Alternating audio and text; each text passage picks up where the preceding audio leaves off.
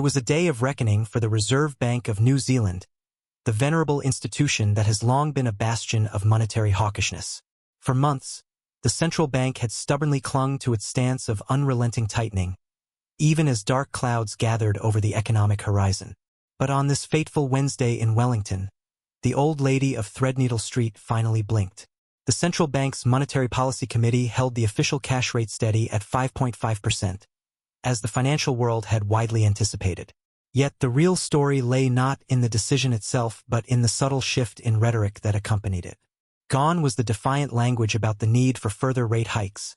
In its place, a newfound humility, a tacit acknowledgement that the once unassailable inflation dragon had been tamed, at least for now.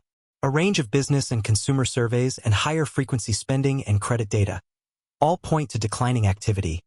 The bank confessed, its words carrying the weight of an institution forced to confront an uncomfortable truth. The committee members even went so far as to discuss the risk that this may indicate that tight monetary policy is feeding through to domestic demand more strongly than expected. It was a remarkable admission from a central bank that, just 2 meetings ago, had been entertaining the possibility of raising rates even further. Now, the very notion of a hike seemed to have vanished from the collective consciousness, replaced by a growing acceptance that the next move would be a cut, a question not of if, but when. The markets, ever vigilant, were quick to seize upon this shift in sentiment. The New Zealand dollar plunged, shedding nearly half a US cent in the aftermath of the decision. Bonds rallied, with yields on 2-year notes tumbling 13 basis points, the biggest one-day drop since late February. Investors, emboldened by the central bank's newfound dovishness, swiftly priced in 2 rate cuts this year, a stark contrast to the intransigence of just a few months ago. For the Reserve Bank of New Zealand, this was a moment of reckoning, a time to confront the harsh realities of an economy that has begun to falter under the weight of its own restrictive policies. Like an ancient mariner finally acknowledging the folly of his arrogance, the bank laid bare the signs of excess productive capacity emerging, with measures of capacity utilization and difficulty finding labor easing materially. Yet, even in its newfound humility, the central bank could not resist a final show of defiance. Some domestically generated price pressures remain strong. It cautioned, a reminder that the battle against inflation is not yet won. But the markets, having tasted the sweet nectar of dovishness, were not to be deterred. The consensus among economists is clear.